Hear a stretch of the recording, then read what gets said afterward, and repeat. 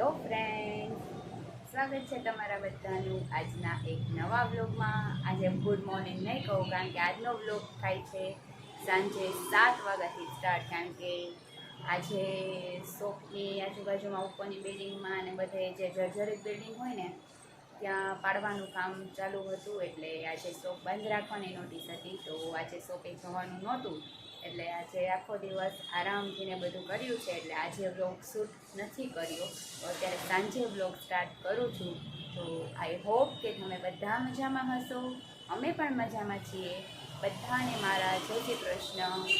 અને કાલનો વ્લોગ જોયો કે ના જોયો એ કોમેન્ટમાં કહેજો। જો ના જોયો હોય તો જલ્દીથી જોઈ લેજો, અને ચેનલમાં નવા હોય તો ચેનલને સબસ્ક્રાઈબ કરી દેજો। અને અત્યારે સાંજના 7 વાગી ગયા છે, જો સનસેટ થવામાં છે, અને અત્યારે રેડી થઈ ગઈ છું, અને કાનૂન પણ નાહીને રેડી થઈને બેઠો છે અહીંયા, અને બહાર જઈએ છીએ।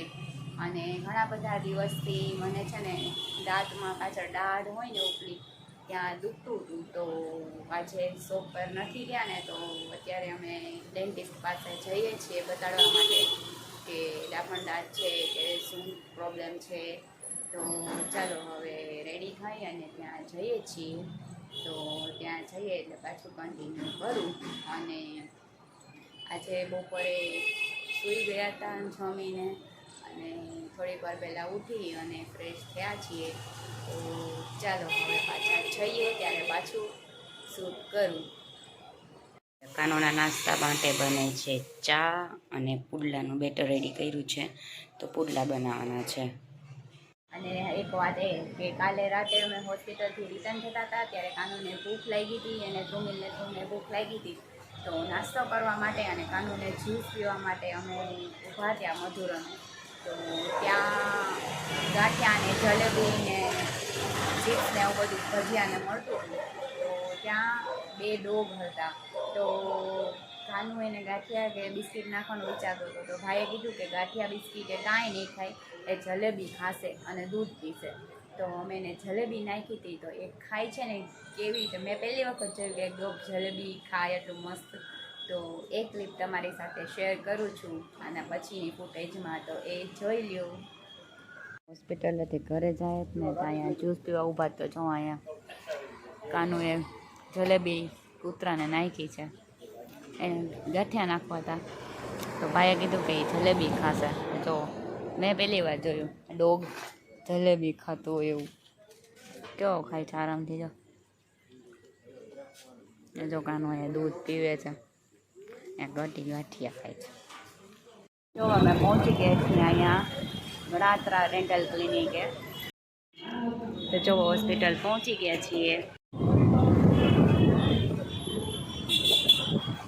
હોસ્પિટલથી બતાવી અને જઈએ છીએ અમે દવા લેવા માટે। ચાલો આજે તમને માંગનાથની માર્કેટ બતાડું થોડીક, અમે માર્કેટમાંથી નીકળ્યા છીએ।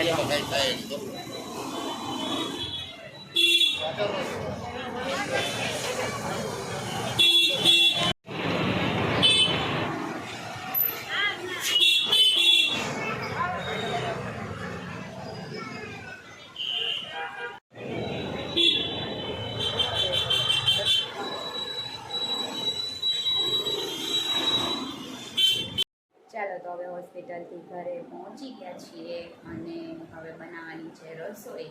તો કાનુને ખાવું છે પનીરનું શાક અને રોટલી, તો હું હવે જાઉં છું પનીરને બધું લેવા માટે। તો ચાલો લઈ આવું અને પછી રસોઈ બનાવવા માટે કિચનમાં જઈએ। અને હા, હોસ્પિટલે ગયા હતા તો ડૉક્ટરે એવું કીધું છે કે જે ઉપરના ભાગમાં પાછલી દાઢ હોય ને ત્યાં થોડુંક કણી ખરી ગઈ હતી, એટલે એના લીધે ખૂંચતું હતું, એના લીધે પેઇન થતું હતું, એટલે એ ત્યાંથી ઘસીને લેવલ કર્યું છે, અને પેઇન કિલર આપી છે 3 દિવસ માટે, અને સેન્સોડાઇન યુઝ કરવાનું છે। અને થોડાક ટાઈમ પછી જો સળશે ને એવું થશે ને વધારે, તો પછી એક્સરે કરી અને દાંત છે કાઢી નાખવી પડશે। તો અત્યારે એ કાંઈ કરવાની જરૂરત નથી, પણ ઇન ફ્યુચર આ વસ્તુ કરવાની થશે, તો દવા આપી છે એનાથી રિલીફ થઈ જશે। તો ચાલો હવે પનીરનું બધું લઈ આવું। ટમેટા બોઇલ કરવા લઈ લીધા છે અને આ કાજુ પલાળી દીધા છે ને હવે પનીર લેવા જાઉં છું. તો જાઉં છું હું નીચે, ઘરની નીચે જ અમૂલ શોપ છે ત્યાં પનીર લેવા માટે, અને પછી જઈને લોટ બાંધવાનો છે અને ગરમ ગરમ રોટલી બનાવીને શાક વઘારવાનું છે. રોટલીનો લોટ બંધાઈ ગયો છે, અહીંયા કાજુ પલળી ગયા છે તો એની પેસ્ટ કરી લઉં, અને પછી આ ટમેટા જે બોઇલ કર્યા એની પણ પેસ્ટ કરી લઈએ. ચાલો, આ ટોમેટોની પ્યુરી રેડી છે, આ કાજુની પેસ્ટ રેડી છે, અને અહીંયા લઈ લીધું છે અમૂલનું પનીર. તો હવે પનીરના નાના નાના પીસ કરી લઉં, પછી સબ્જી વઘારી લઈએ.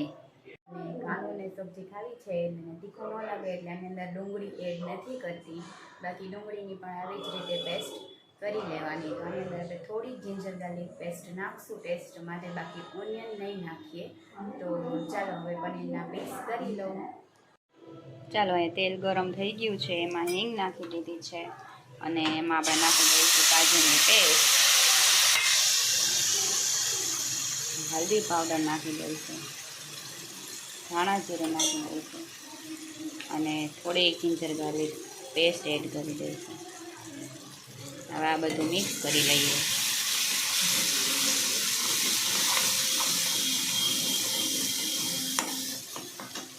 સેજ એવો લાલ મરચાંનો ભૂકો એડ કરું છું, જસ્ટ માઇનોર ટેસ્ટ ને કલર માટે. હવે આની અંદર ટોમેટોની પ્યુરી એડ કરી દઈશું. હવે આ ગ્રેવીને આપણે ઓઇલ રિલીઝ ના થાય ને ત્યાં સુધી ચડવા દઈશું. અને ટમેટાને બોઇલ કરતી વખતે એમાં મેં સોલ્ટ એડ કર્યું છે, તો હવે આપણે જરૂર પૂરતું થોડુંક એવું સોલ્ટ એડ કરશું. અને અહીંયા પનીરને મેં થોડુંક સોટે કરી લીધું છે એટલે સોફ્ટ થઈ જાય. તો ચાલો, હવે આ ગ્રેવી ઉકળે ને એટલે આની અંદર આપણે પનીર એડ કરી દઈશું, એટલે આપણું સબ્જી થઈ જશે રેડી. અને પછી બનાવવાની છે ગરમા ગરમ રોટલી. તો ચાલો, હવે આની અંદર મેં પનીરના પીસ પણ એડ કરી દીધા છે અને રેડી છે આપણું પનીરનું શાક. તો ચાલો, બધા કાનોની સાથે પનીરનું શાક જમવા માટે. ચાલો, તો હવે જમી અને ફ્રી થઈ ગયા છીએ અને રેડિયેશનમાં જવા માટે હજુ બહુ વાર છે. ફોન કર્યો તો 11 વાગે, હજુ 8:30 વાગ્યાના પેશન્ટ ચાલુ હતા, તો હજી 2.5-3 કલાક લાગશે, એટલે 2 વાગ્યા પછી વારો આવશે. તો જવાનું હશે એની અડધી કલાક પહેલાં ફોન આવશે ત્યારે જવાનું છે. તો જો હવે આવી ગઈ છું રૂમમાં, અને હવે હું અને કાનું થોડીક વાર ફ્રેશ થઈશું, ટીવી જોઈશું અને રેસ્ટ કરીશું. જ્યારે જવાનું હશે ત્યારે જઈશું, ત્યાં સુધી તો ઘરે આરામ જ કરવાનો છે. અને આજનો આખો દિવસ આરામ જ કર્યો છે, કારણ કે આજે શોપ પર નહોતું જવાનું, અને સાંજે ખાલી મારું ડેન્ટલ પાસે બતાવવાનું હતું, તો એ બતાવવા માટે ગયા હતા ને પછી આટો મારી અને ઘરે આવી ગયા હતા. તો આજે આખો દિવસ ઘરે જ હતા, બીજી કોઈ એક્ટિવિટી કરી નથી, આજે આરામ જ કર્યો છે. તો ચાલો, હવે જ્યારે ફોન આવશે ને ત્યારે રેડિયેશન માટે જઈશું, ત્યાં સુધી રેસ્ટ કરીએ. તો આજના વિડીયોનો એન્ડ હું અહીંયા જ કરું છું. આઈ હોપ કે તમને વિડીયો પસંદ આવ્યો હશે. જો પસંદ આવ્યો હોય તો લાઈક અને શેર કરી દેજો, અને જો ચેનલમાં નવા હોય અને ચેનલને સબસ્ક્રાઈબ ના કરી હોય તો જલ્દીથી કરી દેજો. મળીએ કાલે એક નવા બ્લોગ સાથે. ત્યાં સુધી બધાને મારા ગુડ નાઇટ. જય શ્રી કૃષ્ણ.